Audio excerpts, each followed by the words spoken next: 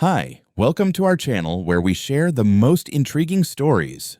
When a retired water rights officer builds his dream eco-retreat deep in the Washington woods, peace seems certain until a smug HOA neighbor decides the private creek should be shared. What follows is a war of land, law, and principle. And this man knows exactly how water works. When you spend 15 years regulating water rights for the federal government, you pick up a thing or two about how precious, fragile, and dangerously political a stream of clear water can be. That's why, when I finally retired from that bureaucratic circus and settled with my wife Lauren up in the Cascade foothills of Washington, I made damn sure I owned every inch of what mattered. I didn't just buy land, I bought source. A spring-fed creek that came up straight out of basalt ran clean through our property and disappeared back into the trees like a polite guest. Before I signed a single check, I filed the water rights with the state, the Fish and Game Commission, and the U.S. Forest Service. I wanted no ambiguity, no future headaches, no parasites. For a while, life was exactly what I imagined it would be. I spent my mornings checking the flow at the weir I'd rebuilt with old millstones I'd salvaged from a wrecked barn. Evenings were for tending the trout pond I stocked myself and adjusting the timers on the irrigation manifold that fed our gardens from the gravity-fed system I designed from scratch. Lauren called it eco-porn every time someone visited. They'd ooh and ask if I was an engineer or a doomsday prepper. I'd just shrug and say, I'm a guy who knows how water works. But peace is never permanent when you live near people, and unfortunately, people had begun moving closer. Our land sat just outside the jurisdiction of a growing homeowners association, green timberline. You could tell who belonged and who didn't just by driving past. Identical pastel homes with quarter-acre lawns, artificial creeks built with plastic liner, and wildlife crossing signs where deer used to actually cross before they were run out by sodium lights and fenced-in dogs. I didn't think much of it. HOA types usually stuck to their own until Steve Jarrett moved in. Steve introduced himself by pulling his shiny black SUV up to my gate while I was hauling split-seater. He wore designer hiking boots without a scratch on them and carried a stainless steel travel mug that screamed, "Starbucks not survivalist." He leaned on the fence like he was claiming it for Spain. "Name's Steve. Just moved in over on the HOA hill," he said. "Saw your little stream there. Pretty nice. You let folks access that?" I didn't answer right away. I watched his eyes trace the creek like he was surveying a resource, not appreciating it, but pricing it. "No," I said flatly. "It's private. All of it. Spring starts right on my land, feeds the trout pond, irrigates the orchard. It's not a public feature." Steve's smile didn't fade, but it did curdle. "Interesting. I mean, it comes down from the mountains, right? Feels kinda natural for the community to enjoy." "This isn't a national park," I said. "This is a privately owned, legally titled watershed with adjudicated water rights. You can find the filings online if you're curious." He nodded like he was humoring a senile relative and said something vague about community sharing. Then he left. I figured that was the end of it. Idiot neighbor with a mild case of entitlement. Happens. But a week later, I got a letter. It came in a crisp envelope with the HOA's logo, a pine tree that looked suspiciously like clip art, and a return address from their office in town. Inside was a printed letter on thick linen paper that said, "Dear Mr. Raddick, the Green Timberline Community Association has recently received requests from residents regarding limited community access to the natural watercourse running adjacent to your property. In the spirit of shared resources and environmental enjoyment, we kindly ask that you consider granting access to the stream for recreational use and responsible irrigation. If access cannot be provided voluntarily, we may be required to escalate the matter through legal or municipal channels to resolve public interest concerns." No signature, just a printed HOA board title under a vague slogan, "Preserving Harmony in Nature." I showed it to Lauren, who nearly choked on her coffee. "They're threatening you over the creek. That's like someone asking to borrow your liver." "I know," I muttered, pulling out my files. I responded within 24 hours. Not emotionally, not aggressively, just professionally. The same way I'd written cease and desist notices to ranchers who dammed unregistered waterways back when I worked for the state. I attached scans of my water rights permit, the topographical survey showing the creek's point of origin entirely within my boundary lines, and a note from the Federal Registry confirming our parcel's exemption from any communal designation. I also cited the Washington State Code that affirms private surface water rights when registered before a certain date, which mine were. 3 days later, a white pickup showed up at my gate. Steve got out, again with his mug in hand, but this time he wasn't alone. With him stood a bald guy in a neon yellow tank top, jeans, and steel-toe boots. The guy squinted at the creek, like it owed him money. Steve gestured toward the water. "This is who I was telling you about. Meet Glenn. He's done ecological consulting all over the county." Glenn didn't introduce himself. He just sniffed, pointed at the creek, and said, "This water's too clear to be private. Nobody owns nature, man." I stared at him. "You an actual consultant, or just a guy who watches YouTube videos about aquifers?"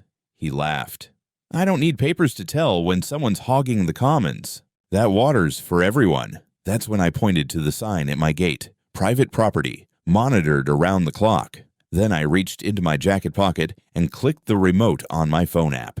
The cameras by the trees pivoted slightly with a soft mechanical whir. Steve's friend flinched like he'd been slapped. "Unless you're here with a warrant or a permit, I suggest you both leave before I call the sheriff," I said. They didn't argue, but they also didn't apologize. Steve just muttered, "We'll see what the community has to say," and walked back to his truck. I watched them go, not angry, not yet, but I knew damn well that was just the first ripple in the pond. People like Steve don't knock once. They circle like coyotes until they think you're not watching, and I was watching. The next envelope arrived hand-delivered and wedged into the gate latch like a polite threat. Same pine tree logo in the corner, same ridiculous linen paper. This time it came with a post-it note in loopy handwriting. "Urgent, please review before Friday's meeting." I didn't recall being invited to any meeting. The letter was nearly identical in tone to the last one, except this time they skipped the passive-aggressive "we kindly ask" routine. It read, "As your prior response was noted, the board maintains that the watercourse in question continues to affect the surrounding community, both ecologically and socially. We will be moving forward with our efforts to secure access to the stream through applicable legal measures if cooperation is not achieved voluntarily. Your lack of participation may be interpreted as obstruction of community interests."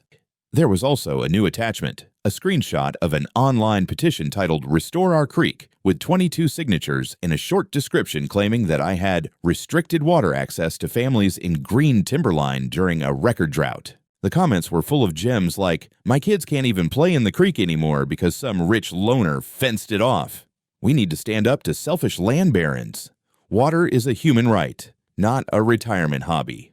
Lauren handed me a beer without a word and sat next to me on the porch as I stared at the paper. "Want to sue them now or wait until they really screw themselves?" she asked.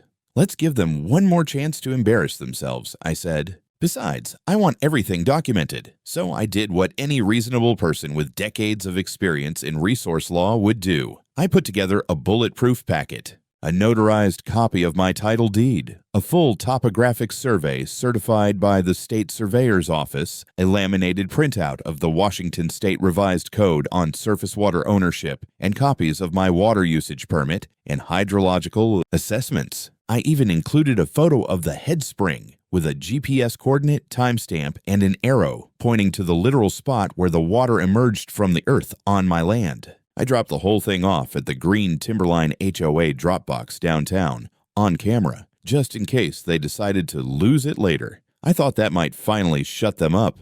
But then came the knock. Thursday morning, right after sunrise, I heard tires crunching gravel and looked out to see Steve's white truck at the gate again. This time, he didn't buzz the intercom. He just stood there, sipping from his stupid mug, arms crossed. With him was the bald consultant again, Glenn, who now wore a fluorescent orange vest that read Community Watershed Advocate. I wasn't sure whether to laugh or set off the sprinklers. I walked down the gravel path, keeping a respectable distance from the gate. I could already see the GoPro clipped to Glenn's vest, blinking red. "Morning, Miles," Steve said, toned syrupy. "Just wanted to give you a courtesy visit before tomorrow's meeting. Thought you might reconsider." "Reconsider what? Owning my land? Knowing the law? Not handing over my water because some HOA wants a duck pond?" Steve's expression didn't flinch, but Glenn leaned into the gate like we were bartering over fence paint. "See, here's the thing," Glenn said. "You can say it's private, but the water doesn't care about fences. It comes from the land. That makes it natural. And natural means public. Everyone's got a right to access what the earth provides." "You want to bathe in lava too, or just trespass into geysers?" I replied. Glenn blinked slowly, as if that required more brain power than he had available. Steve stepped in. "Look, this doesn't need to be a fight," he said. "If you just open up access, put in a walking path, maybe a community use clause, we can avoid lawyers, avoid bad press.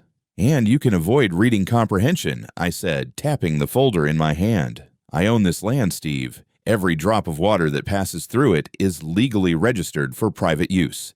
There's no easement, no public trust doctrine here, no riparian rights for HOA tourists." Glenn started to object, but I cut him off with a point at the nearest security camera. "This is your second time coming onto the edge of my property without permission. If I see either of you past the post line again, I will press charges. Consider this your final notice." Steve didn't say anything this time. He just gave me that thin-lipped nod you see right before someone backs into your truck in a parking lot and claims they didn't see it. They left. That evening, I drove into town for supplies. At the entrance to Green Timberline, someone had nailed a wooden placard into the community announcement board. "Reclaim the creek. All are welcome." There was a flyer attached advertising a Town Creek Day celebration scheduled for Saturday. The photo on it was a zoomed-in shot of my trout pond. My name wasn't on it, but my water was. I woke up Saturday to the sound of engines. Not the usual hum of a delivery truck or someone's ATV echoing off the ridge, but a slow, deliberate rumble, like someone was building a road where no road should be. I threw on jeans, grabbed my boots, and headed down toward the creek, still tying the laces. I knew something was off the moment I reached the tree line. The air smelled like diesel and wet concrete. And sure enough, at the far edge of my south fence, the one nearest to the HOA line, the chain link had been pulled back, cut clean like a surgical incision. In its place were 3 concrete blocks stacked like an amateur retaining wall leading down into the bank of the creek. A narrow wooden platform stretched across the water, wobbling slightly in the morning breeze, a makeshift bridge made from treated lumber, clearly bought in a rush. On the far end of the bridge stood a plastic folding table, some cheap camping chairs, and a white sign written in marker, "Green Timberline Community Water Access Point." I stood there, dumbfounded, as a group of people in matching HOA volunteer t-shirts unloaded coolers and lawn chairs from the back of a U-Haul. Someone had even set up a Bluetooth speaker and was playing acoustic guitar covers of 90s hits. I counted at least 15 people, including children. One guy was hanging a piñata from a tree. A piñata? At my creek. I didn't say anything. I just turned around, walked back to the house, and called the sheriff. While I waited, I retrieved my binder of property documentation, flipped to the section on boundary violations, and made a fresh pot of coffee. I didn't drink it. My hands were too busy shaking with a kind of cold, logical fury. This wasn't some passive-aggressive HOA complaint. This was trespassing, property damage, unauthorized construction, reckless endangerment of a watershed. By the time Deputy Carson arrived, same guy who handled livestock disputes up the road, the party had grown. There were about 30 people now, and someone had rolled in a propane grill. I met him at the gate and led him down to the creek. He whistled softly when he saw the bridge. "Jesus, they really went for it," he muttered. "Yeah," I said. "Take your time. That's the creek head. It runs through my land, starts on my land, is registered as a private water feature, and has 0 public access. They cut my fence, dumped concrete, built a bridge, claimed it's theirs, and apparently scheduled a whole goddamn picnic." He gave me a glance. "Got papers?" I handed him the packet. He flipped through it. "Yeah. Okay.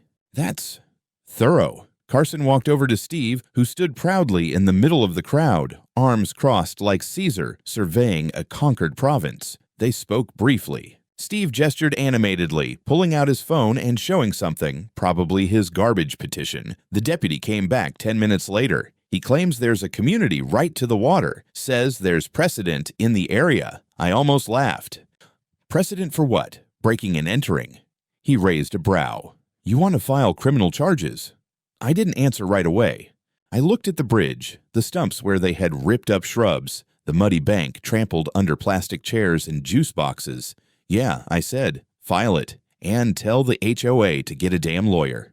By Monday, I had my attorney draft a full civil suit. We filed on 6 counts: trespassing, willful destruction of private property, endangerment of a protected watershed, unauthorized construction on private land, slander through public misinformation, and conspiracy to undermine private water rights. That same afternoon, a new email went out to HOA members titled "Miles Raddick Declares War on Community Access," with a blurry screenshot of me talking to the sheriff, labeled "Caught on Camera Blocking Children from Creek." They weren't just trespassing. They were building a narrative, and they were getting bolder. The email blasts were just the beginning. By midweek, my name was plastered across every HOA newsletter, Facebook group, and Nextdoor thread within a 20-mile radius. Apparently, I was now the creek gatekeeper, the water hoarder, and in one particularly dramatic post, a hostile ex-government operative exploiting loopholes to privatize a community lifeline. They even made a meme. It was a blurry photo of me frowning at the festival, overlaid with the words, "He drinks the water, but your children can't." Lauren and I tried not to let it get under our skin. We shut off our phones, ignored the doorbell, and focused on the lawsuit. But it was hard not to notice the shift. Strangers would slow their cars as they passed our driveway. A neighbor I didn't even know spit on our mailbox. Someone left a bucket of murky water labeled "Raddick's Share for the Poor." But the worst part wasn't the memes or the pranks. It was the narrative, twisted just enough to be believable if you didn't know better. That I was somehow damming the creek, that I was diverting the water away from natural flow, that families downstream were going dry because I had walled off nature. It was a lie, but a compelling one, especially to people who didn't understand how surface water rights actually worked.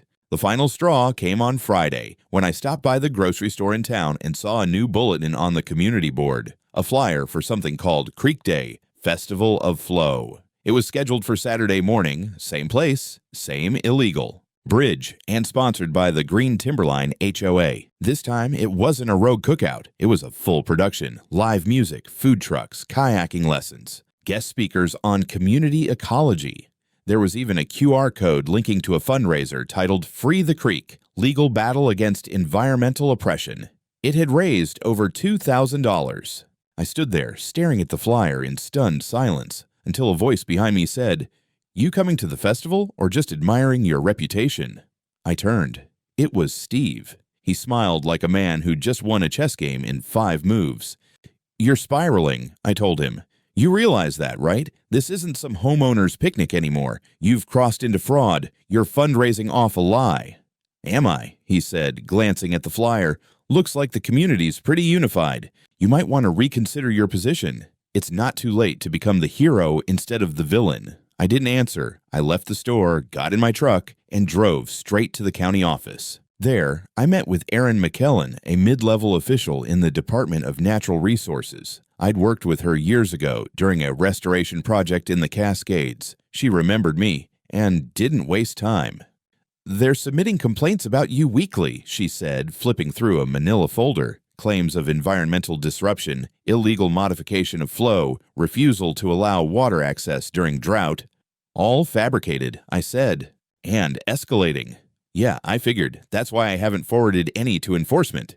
Yet." She paused. "But if they start producing supporting evidence, we'll have no choice. You know how it goes."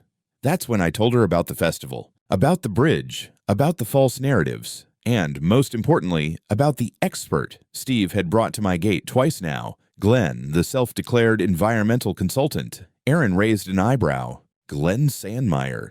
You know him. He applied here, twice, no credentials, falsified a biology degree. We flagged him for impersonating a certified field technician." I smiled. Perfect. That evening, as I reviewed camera footage from the last few days, I noticed something else. 2 unfamiliar men had shown up on my property Tuesday afternoon, wearing matching blue vests with a government-looking emblem. They had clipboards, took photos of the creek, and walked the bank for nearly 10 minutes before leaving. There had been no knock, no notice, no permit left behind. I checked the emblem frame by frame. It read, "Watershed Compliance Task Force." I called Erin. "We don't have anything called that," she said. "Definitely not with authority to inspect private land." That's impersonation of a government official. I saved the footage and sent it to my lawyer. By dawn, I'd had enough. I printed out a warning sign and mounted it at the old mill gate with 6-inch screws and a floodlight. Private property. Registered watershed. No trespassing. This watercourse is under legal protection. Surveillance in use. All unauthorized access will result in prosecution. For more info, please consult the Revised Code of Washington, Title 90. Then I sat back with my coffee and watched the comments roll in on the Creek Day Facebook page. People were starting to ask questions. Court days are a strange breed of surreal. You wake up knowing your life is about to be reduced to paperwork and rhetoric, that your years of effort, your dam land, your water, your fence posts, and irrigation valves are about to be dissected by people who've never set foot in mud without designer boots. And still, you put on a clean shirt and try to pretend the system is sane. I sat outside the county courthouse in my truck for a few minutes, staring at the stone columns and wondering if the judge drank bottled water or the real stuff. Lauren squeezed my hand before I got out. "Remember," she said, "facts don't panic." Inside, the waiting room was already buzzing. Steve was there in a blazer 2 sizes too tight, flanked by 3 board members from the Green Timberline HOA. Glenn the bald fraud, Sandmeyer, sat near them, flipping through a manila folder like it contained nuclear codes. Their lawyer, some suburban pitbull named Doris Frank, stood stiff in heels, smiling like a game show host on ketamine. We weren't there for the full trial yet. This was the injunction hearing. Steve and the HOA had filed an emergency motion to suspend my water rights pending a community environmental review. Their argument? That the creek was fed from a federally protected aquifer and therefore fell under public trust doctrine. They'd attached petitions, complaints, a faux ecological impact report, and screenshots of my aggression. The judge, Honor Robert M. Greaves, was a wiry man with the kind of face that could pass for either kindly or deadly, depending on lighting. He opened with formalities, glanced through the filings, then looked directly at me. "Mr. Raddick, do you have counsel?" "I do, Your Honor." Mark Feldman, appearing pro hac vice. My attorney was a bulldog in tweed, a former state-level environmental litigator who'd taught me half of what I knew when I was fresh out of college. Feldman stood, nodded at the judge, and immediately began unraveling their argument like it was loose yarn. First, he said, this creek in question originates from a subsurface spring located wholly within Mr. Raddick's titled land as verified by GPS, state hydrology maps, and federal geological data. Second, said spring and the full length of the watercourse within his boundaries have been formally registered under Washington State's Water Resources Act, Title 90, going back 12 years. Third, the land is not and has never been under HOA jurisdiction, nor subject to any easement, right-of-way, or water-sharing covenant. He dropped a binder onto the table that thudded like a warning shot. Steve's lawyer countered with a smile. Even so, we believe that under the principle of public necessity and community dependence, a resource like this must be shared. The HOA has received over 70 signatures from residents affirming the need for creek access for both irrigation and recreational use, particularly in times of drought. She handed over the packet. Feldman flipped through it, then raised his hand. Your Honor, may I request that this be entered into evidence as Exhibit D and Exhibit DA, falsified material? There was a pause. Greaves raised an eyebrow. Feldman continued. My office performed a cursory background check on the submitted names. Out of 71 signatures, at least 24 belong to individuals not registered in the county. 3 are deceased. One, amusingly, is a dog named Butters.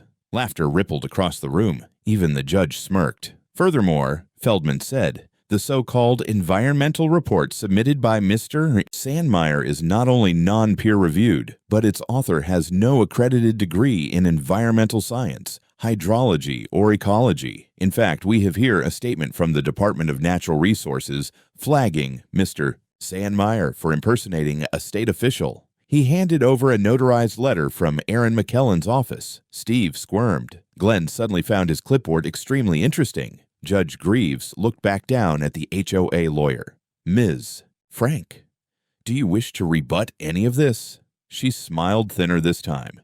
We believe the underlying principle of community benefit still stands, even if some procedural aspects were irregular. Irregular, the judge said flatly, is one word for forgery. He paused. Motion denied. No injunction. Mr. Raddick's water rights remain intact pending full trial, and I strongly advise the plaintiffs to reconsider the merit of their case before we proceed further. Gavel down. I stood and exhaled for the first time in 20 minutes. Steve didn't look at me as he left. Glenn did, though. His eyes burned with something between humiliation and rage. Outside, reporters were already gathering. Someone had tipped them off. A young woman from the local news shoved a mic in my face and asked, "Mr. Raddick, how does it feel to block a whole community from access to their shared resources?" I gave her the smile I'd been saving for months. "I didn't block anything," I said. "I built something, and I protected it from people who don't know the difference between ownership and entitlement." I walked to my truck before she could follow up, but I knew this wasn't over. Not by a long shot. I thought the courtroom win might cool things down. That maybe, just maybe, having their lies aired out under fluorescent lights would make the HOA back off, lick their wounds, and go find someone else's pond to colonize. But people like Steve don't lose. They redirect. 2 days after the hearing, I noticed something strange. A white SUV parked just across the tree line on HOA turf. Engine off. Windows cracked. Every morning, same spot. Inside sat a man in a collared shirt with a laptop and binoculars. When I approached him, he drove off without a word. At first, I chalked it up to HOA paranoia. Maybe they were trying to document my environmental abuses in high def. Then came the letters. Not one, not five. 11 code violation notices from the County Environmental Board, each citing vague possible hydrological obstruction, unsanctioned aquatic structures, and impact to watershed integrity. The fines totaled over $12,000. Lauren read the first notice aloud, then burst out laughing. "Did they just report you for having a creek?"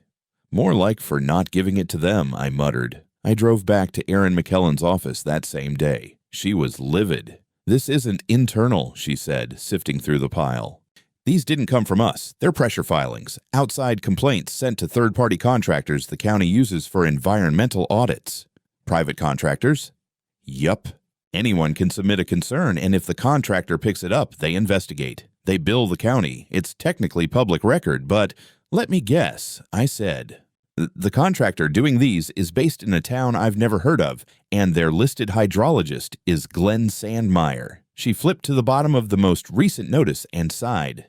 "Yup, Cascade Watershed Solutions, LLC, Director of Field Ops, G. Sandmeyer." They were trying to manufacture a new case. A civil pattern of alleged violations, enough to create doubt, delay, bleed me dry in paperwork. If they couldn't take my creek by force, they'd try by attrition. That weekend, my irrigation system was vandalized. The main gravity line that fed the orchard had been sliced with a garden spade, clean through the polytubing. Not clumsy or random, surgical, intentional. A message. A neighbor later told me he saw 2 teenagers skulking around near the fence line that night, wearing green Timberline hoodies. The sheriff's office filed a report, but unless I caught them on camera or one of them posted it on TikTok, there wasn't much they could do. So I adapted. I installed motion lights, more cameras, a gate lock reinforced with carbon steel and a secondary interior latch. I ran a drone patrol twice a day, using a preset flight path across the creek's perimeter.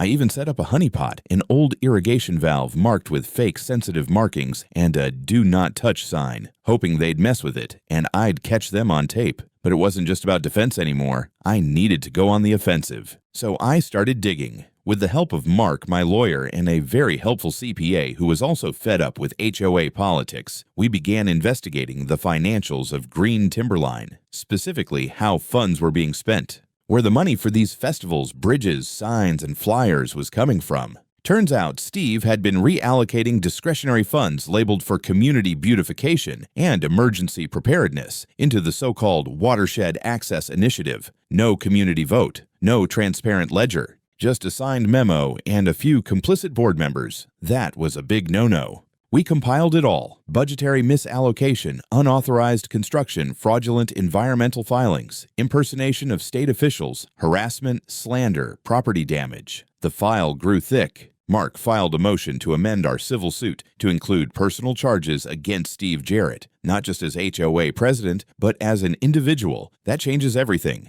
It meant personal liability, real consequences. And right as we were about to submit, we got our final gift from the opposition. A letter from Steve's lawyer demanding we cease and desist all interference with community access to shared resources, or they would pursue a restraining order to prevent acts of aggression. It came with an attachment, a grainy photo of me standing near the creek with a shotgun cut out of context. The full video, me dealing with a coyote tearing into my chicken coop, but that didn't matter. In the letter, I was brandishing a deadly weapon near a public gathering space. They were trying to paint me as dangerous. I sent back a 3-word reply through my lawyer. See you there. I didn't expect the courtroom to be packed. But on the morning of the full civil trial, the benches were overflowing. Local press in the back row. HOA residents clutching coffee in to-go cups like they were at a brunch drama. And a guy live tweeting the whole thing under the handle. Creek Justice.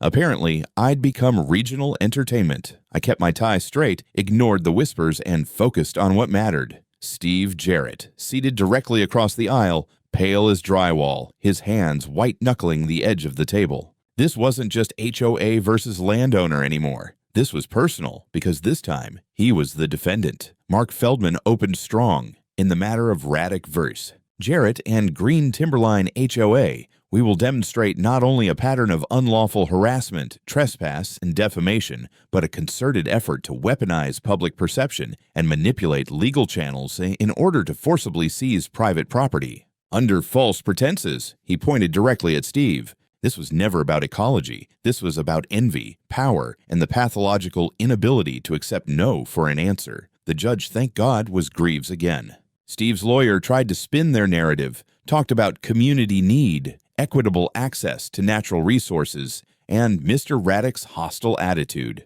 She brought out the video of me holding the shotgun. Mark was ready. Your Honor, this is a 13-second clip cropped from a longer recording. Here is the full footage. Mr. Raddick was responding to a coyote attacking his livestock. He played it. You could hear the chickens screaming in the background. The courtroom went uncomfortably quiet. Then came the witnesses. Steve's camp brought up Glenn again, but his credibility was already dead on arrival. Under oath, he admitted he had some coursework in biology, but no degree. Mark pounced. So, you filed environmental impact reports on private land under false credentials? Objection. Sustained. We called in Aaron from DNR, who confirmed that no agency ever sanctioned inspections of my property and that the watershed compliance task force was a fabrication. She even brought a printed-out screenshot of their fake logo for the judge. Then came the pièce de résistance, my drone footage. The jury watched, in high definition, as 2 HOA board members in green Timberline shirts carried sacks of cement and rebar through the breach in my fence at 2 in the morning. Another clip showed Steve himself placing the community access sign into the soil near the bridge. Mark let the silence linger. Then he pulled out the financial records. They showed, in painful detail, how Steve had funneled over $18,000 from community safety improvements into legal funds, signage, equipment rentals, and that hideous piñata stand. We rested our case. Steve tried one last Hail Mary on the stand. He claimed I refused all attempts at compromise, that I threatened residents, and that my creek came from federal land. Then Mark pulled out the geological survey, a peer-reviewed study showing that the spring originated entirely within my lot. That was the end. The judge's ruling was direct, unemotional, and devastating.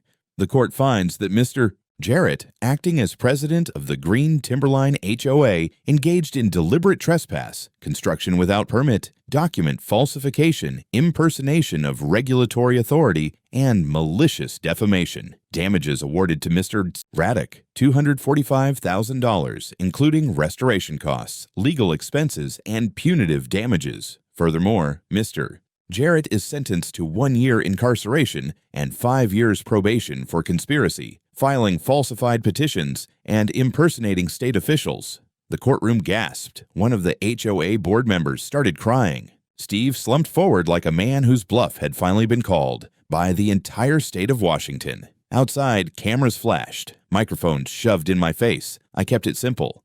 The law works when you actually read it. And then I went home. Past the fake creek in green timberline, past their dead grass and prefab fences, back to my spring, my land, my water. You'd think that after a courtroom verdict like that, life would snap back into place. It doesn't. Not right away.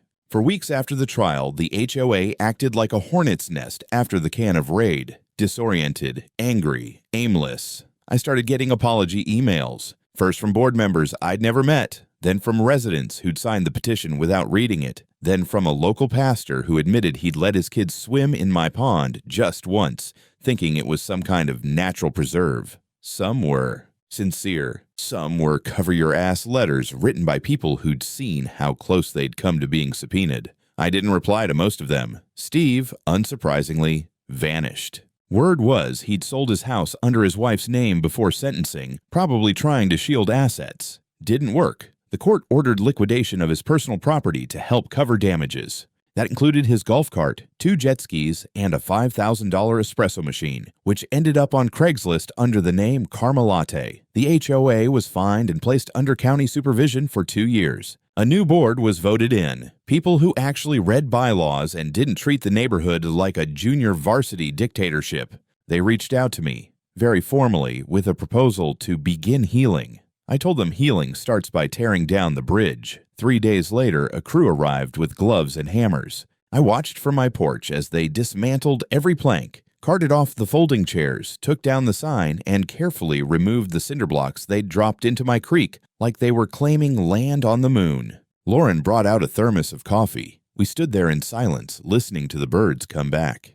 In place of the old community water access sign, I put up a new one, steel, powder-coated, laser-engraved, private spring access by permission. Only violators will be prosecuted. Right below that, I added a QR code that linked to a scanned copy of the court ruling. People started calling it the sign of shame. Tourists came by just to take photos. And then something strange started happening. I got emails, dozens at first, then hundreds. Other landowners, ranchers, suburban gardeners. One guy in Idaho whose HOA tried to ban rain barrels. Another in Arizona fighting over graywater rights. They'd all read about my case. Some from the blog post Lauren helped me write. Others from legal newsletters. They wanted advice, strategies, help. So I started responding. I launched a site. Creekkeep Nothing Fancy, just a digital library of documents, links to state codes, breakdowns of water law, and step-by-step guides to dealing with overreaching HOAs.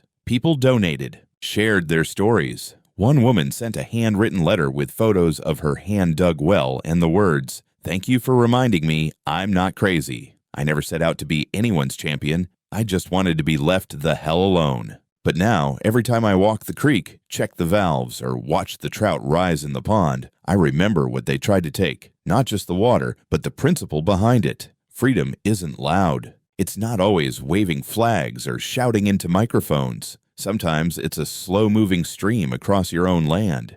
Sometimes it's knowing where it starts, where it flows, and that no one gets to steal it because they think it looks pretty. And if anyone ever tries again, well, the cameras are still rolling.